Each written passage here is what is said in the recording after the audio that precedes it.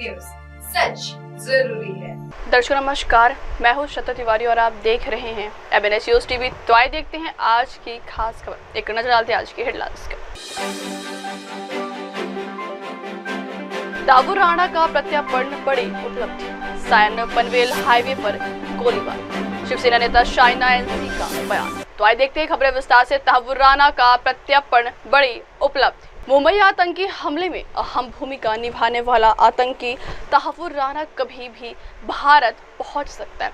भारत में प्रत्यार्पण रोकने के सभी कानूनी विकल्प खत्म होने के बाद अमेरिकी अधिकारियों ने राणा को भारतीय अधिकारियों को सौंप दिया। भारत में पहुंचने ही राणा को मुंबई हमले की जांच कर रही एनआईए अपनी कस्टडी में लेकर पूछताछ करेगी, लेकिन इसके साथ ही खुफिया ब्यूरो और रिसर्च एंड एनालिसिस विंग भी राणा से पूछताछ करने की तैयारियों में जुटी हुई है। तो वहीं मुंबई पुलिस के रिटायर्ड सीनियर इंस्पेक्टर हेमंत बावंधकर ने कहा कि यह भारत की एक बड़ी उपलब्धि है और मैं एनआईए टीम को उनके प्रयासों के लिए बधाई देना चाहता हूं। जो प्रत्यार्पण हुआ, हमने सुप्रीम कोर्ट में अपना पक्ष रखा और कोर्ट ने उसे स्वीकार कर लिया। नतीजतन तहव्वुर राणा को हमारे हवाले कर दिया गया। इससे हर भारतीय की इच्छा पूरी होगी और उनकी इच्छा है कि उस पर भारतीय अदालत में मुकदमा चले और उसे सख्त सजा मिले। मुंबई आतंकी हमले में अहम भूमिका निभाने वाला आतंकी तहव्वुर राणा कभी भी भारत पहुंच सकता है। भारत में प्रत्यार्पण रोकने के सभी कानूनी विकल्प खत्म होने के बाद अमेरिकी अधिकारियों ने राणा को भारतीय अधिकारियों को सौंप दिया। भारत में पहुंचने ही राणा को मुंबई हमले की जांच कर रही एनआईए अपनी कस्टडी में लेकर पूछताछ करेगी, लेकिन इसके साथ ही खुफिया ब्यूरो और रिसर्च एंड एनालिसिस विंग भी राणा से पूछताछ करने की तैयारियों में जुटी हुई है। तो वहीं मुंबई पुलिस के रिटायर्ड सीनियर इंस्पेक्टर हेमंत बावंधकर ने कहा कि यह भारत की एक बड़ी उपलब्धि है और मैं एनआईए टीम को उनके प्रयासों के लिए बधाई देना चाहता हूं। जो प्रत्यार्पण हुआ, हमने सुप्रीम कोर्ट में अपना पक्ष रखा और कोर्ट ने उसे स्वीकार कर लिया।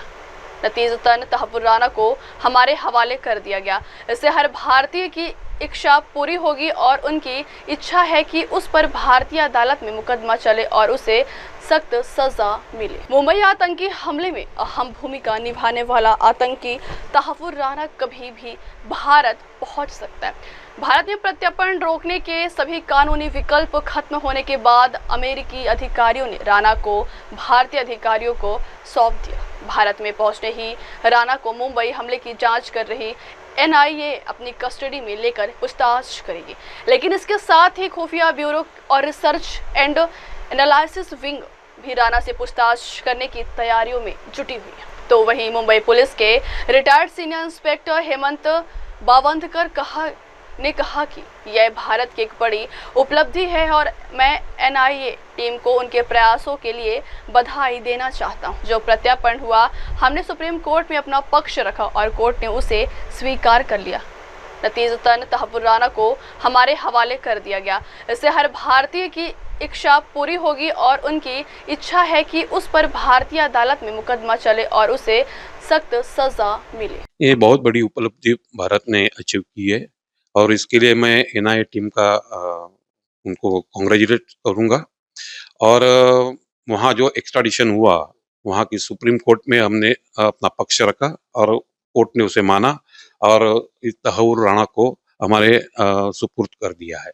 सो ये ना सिर्फ अपने हर एक भारतीयों की ख्वाहिश रहेगी और उनकी इच्छा रहेगी कि उसको यहाँ पे यहाँ की अदालत में उसका ट्रायल किया जाए और उसको कड़ी से कड़ी सजा मिल जाए। हर एक चीज को वक्त होता है, वक्त के हिसाब से ही होता है। अगर हमने अभी मतलब कोशिश की है तो उसमें हम कामयाब हुए। कामयाब होना ये इम्पोर्टेंट है, वक्त गया वो तो खैर सेकेंडरी पोजीशन है। वो पाकिस्तान का चेहरा उसी वक्त बेनकाब हुआ था और जो प्लॉटर्स है उसके अंदर 26/11 के टेरर अटैक के अंदर, वो तो उसी वक्त हमने पूरी दुनिया को दिखा दिया था कि इसमें पाकिस्तान का इन्वॉल्वमेंट है। पाकिस्तान ने कैसे लश्कर तोयबा के माध्यम से आईएसआई के माध्यम से ये जो अटैक हमला करवाया था, वो सारी दुनिया को पता है। और अभी इसके जो अक्यूज बचे हुए हैं जिनको हिंदुस्तान की कोर्ट में ट्रायल होना ज़रूरी है, तो वो तो हम कोशिश करते रहेंगे और हमें उसमें कामयाबी भी मिलेगी, ऐसी मैं उम्मीद रखता हूँ। नहीं, उसके अंदर अभी क्या प्रावधान है वो उनको ही पता है। इसके बारे में इतना ज़्यादा मैं अभी आपको एक्सप्लेन नहीं कर सकता। वो पल हर एक मुंबईकर ने महसूस किया है कि वो पल कितने मतलब डेंजरस था और भारी था सोसाइटी के लिए। और मेरी नाइट ड्यूटी थी। अ, मेरे साथ और 15 जन थे, उसमें तुकाराम ओंबळे जी थे, संजय गोविलकर जी थे, भास्कर कदम जी थे और बहुत सारे हमारे अशोक शेळके वगैरह बहुत सारे हमारे पुलिस अधिकारी, कर्मचारी थे।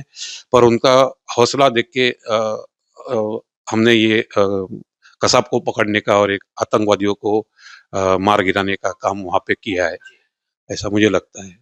उनका उनकी जो हिम्मत थी, उनका जो हौसला था, वो एज़ अ टीम लीडर उस वक़्त मुझे काफ़ी हौसला देके गया था, क्योंकि अगर कुछ भी होता है तो ज़िम्मेदारी मेरे सर पे थी, लेकिन मेरे बहादुर सिपाही और अधिकारियों ने मेरा हौसला बुलंद किया था। सो मैंने तय किया कि फ्रंट से हम लड़ेंगे और जब डिप्लॉयमेंट हुआ तो बैरिकेड के पीछे मैंने संजय गोविलकर, तुकाराम ओंबळे जी को रखा और मैं खुद फ्रंट पे था और मेरे साथ में भास्कर कदम थे।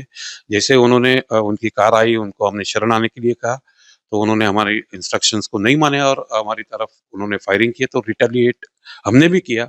हमारे भास्कर कदम ने फायरिंग की फर्स्ट और बाद में मैंने मेरे पिस्टल से अबू इस्माइल के और 3 गोलियाँ मारी, जो उसको लगी और वो इंजर्ड हुआ।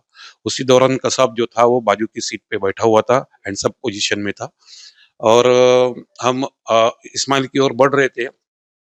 उस वक़्त कसाब गाड़ी के नीचे उतरा और उसने उसी वक़्त हमारे तुकाराम ओंबळे जी, संजय गोविलकर बैरिकेड के पीछे से भागे और उसको पकड़ने के लिए और कसाब ने अपनी जैकेट में छुपाई हुई AK-47 निकाली और फायरिंग की। वो सारी बुलेट्स हमारे तुकाराम ओंबळे की जी को लगी। लगने के बावजूद भी उन्होंने कसाब के ऊपर अपनी जो पकड़ थी वो नहीं छोड़ी और इसलिए हम उसको पकड़ने में कामयाब हुए। अन्यथा वही हम सारे लोग वही शहीद हो जाते थे, अगर कसाब को उन्होंने अगर थोड़ा-सा भी ढीला छोड़ दिया होता उस वक़्त।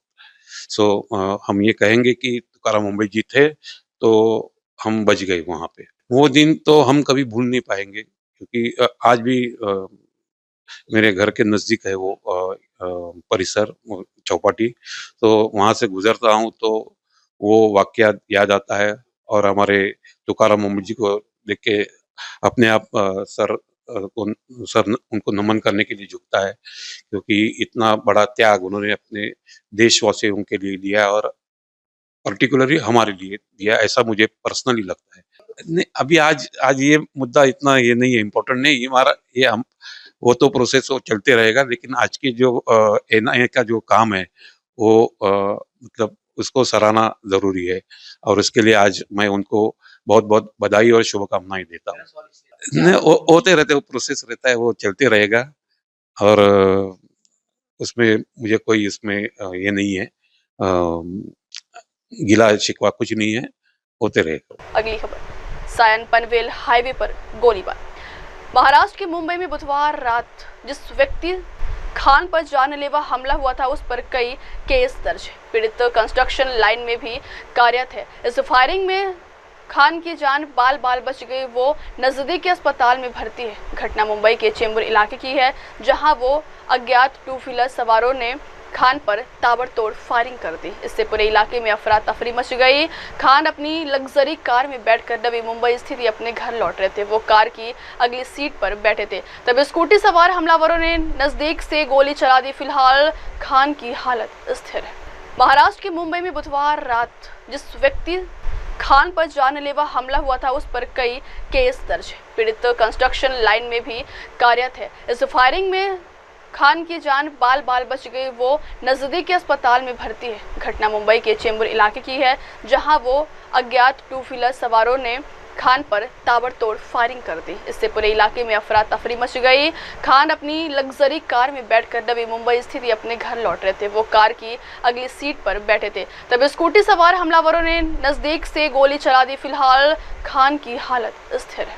महाराष्ट्र के मुंबई में बुधवार रात जिस व्यक्ति खान पर जानलेवा हमला हुआ था उस पर कई केस दर्ज है। पीड़ित कंस्ट्रक्शन लाइन में भी कार्यरत है। इस फायरिंग में खान की जान बाल बच गई। वो नजदीकी अस्पताल में भर्ती है। घटना मुंबई के चेंबूर इलाके की है, जहां वो अज्ञात टू व्हीलर सवारों ने खान पर ताबड़तोड़ फायरिंग कर दी। इससे पूरे इलाके में अफरा तफरी मच गई।